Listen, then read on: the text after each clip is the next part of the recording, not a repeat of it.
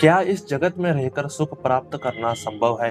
मित्रों, इस संपूर्ण सृष्टि में दो तरह के जगत हैं। एक तो आध्यात्मिक जगत है और दूसरा भौतिक जगत है।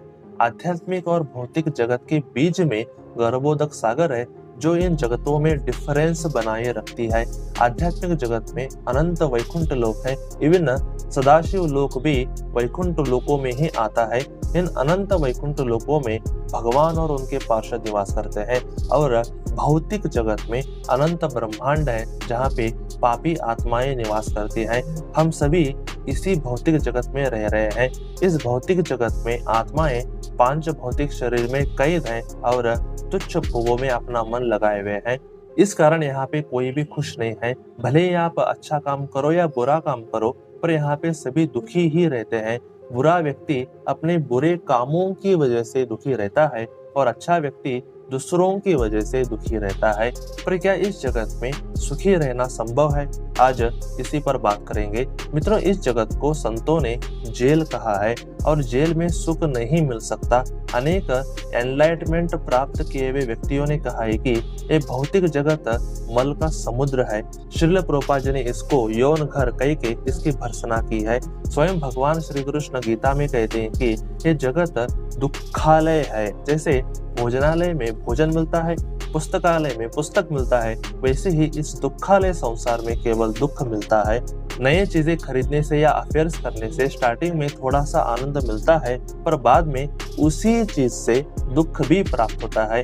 क्योंकि स्वयं भगवान ने ही इसको दुखालय कहा है, तो यहाँ पे सुख की गुंजाइश तो कैसे हो सकती है? हम सभी सुख गलत जगह पे ढूंढ रहे हैं। सुख की तलाश करना गलत नहीं है, हर किसी को सुखी रहना चाहिए। पर हमारी विडंबना ये है कि हम दुखालय संसार में सुख ढूंढ रहे हैं जहाँ पे वस्तुएं अनित्य हैं और लोग नकली हैं। अनित्य नकली वस्तु और लोगों से सुख नहीं मिल सकता। ये जगत मल का समुद्र है। यहाँ जहाँ भी जाओ मल ही मल है, यानी कि दुख ही दुख है। घर में रहो, घर वाले दुख देंगे। बाहर जाओ, बाहर वाले दुख देंगे। कोई आध्यात्मिक संस्था में जाओ, नास्तिक और अद्वैतवादी दुख देंगे। कोई पहाड़ या जंगल में रहने चले जाओ, पशु पक्षी कीड़े भूत प्रेत दुख देंगे। यानी कि कहीं भी चले जाओ, कोई ना कोई दुख देने वाला अवश्य मिलेगा। इसलिए प्रभु ने इसको दुखालय कहा है। सभी आत्माएं सुख ढूंढ रहे हैं, पर गलत जगह पे। कुछ लोग पाप कर्म करके यहाँ भी दुखी रहते हैं और नरक में भी दुखी रहते हैं। पुण्य कर्म करने वाले यहाँ पे बुरे लोगों की वजह से दुखी रहते हैं और मरने के बाद कुछ वर्ष स्वर्ग जाते हैं, और पुण्य क्षीण होने के बाद इसी पृथ्वी में आ गिरते हैं और दुखी हो जाते हैं। ऐसे पुण्य कर्म करने से भी संपूर्ण और परमानेंट सुख नहीं मिल सकता। इस जगत से बाहर आने के बाद ही सुख मिलना संभव है। पर सुख है कहाँ? इस जगत से बाहर कैसे आए, ये आपका सवाल होगा।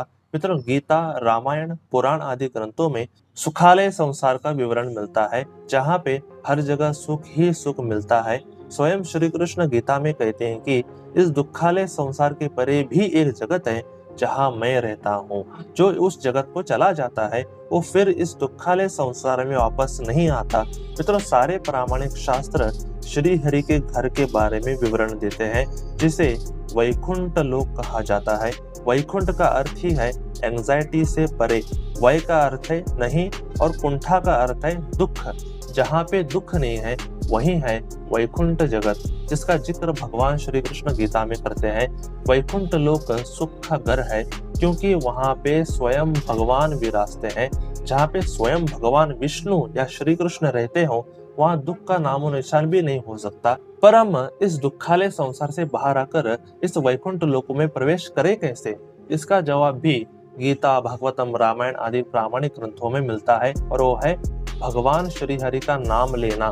जो भी भगवान श्री कृष्ण जी या विष्णु जी या राम जी या उनके अवतारों की भक्ति करता है, वो आरंभ में शुद्ध होता है और यहाँ पे ही अविनाशी सुख का अनुभव करता है, और मरने के बाद वैकुंठ लोकों में भगवान श्री हरि की प्रत्यक्ष सेवा प्राप्त करता है और सदा के लिए खुश हो जाता है। तो श्री हरि का नाम ही वो फ्लाइट है जिससे हम सुख के घर वैकुंठ धाम में प्रवेश कर सकते हैं। नो डाउट कि हरि भक्ति करने से एकदम से सुख नहीं मिलता। आरंभ में शुद्धि के लिए दुख मिलता है, पर बाद में व्यक्ति अनंत प्रेम और आनंद सागर में डूबकर यहीं पे सुख प्राप्त करता है और मरने के बाद धाम जाकर वहां पर ही सुखी रहता है। इसलिए हर किसी को श्री हरि की भक्ति करनी चाहिए। श्री हरि की भक्ति हर आत्मा का नेचुरल धर्म है और जो अपने रूट से जुड़ता है उसको सुख मिलना ही मिलना है। इसलिए आप हरि भक्ति में आ जाइए। तो आज के लिए बस इतना ही। हरे कृष्णा।